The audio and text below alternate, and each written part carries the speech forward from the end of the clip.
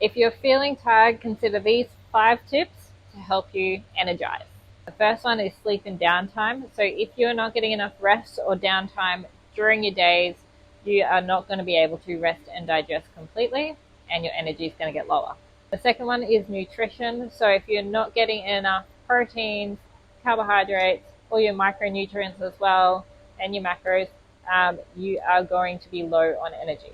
The third one is exercise. So exercise not only helps you produce those nice happy hormones like your endorphins and that, which will help you wake up, but it will also help you expend your energy so you're more likely to get the sleep that you need. The fourth one is hydration.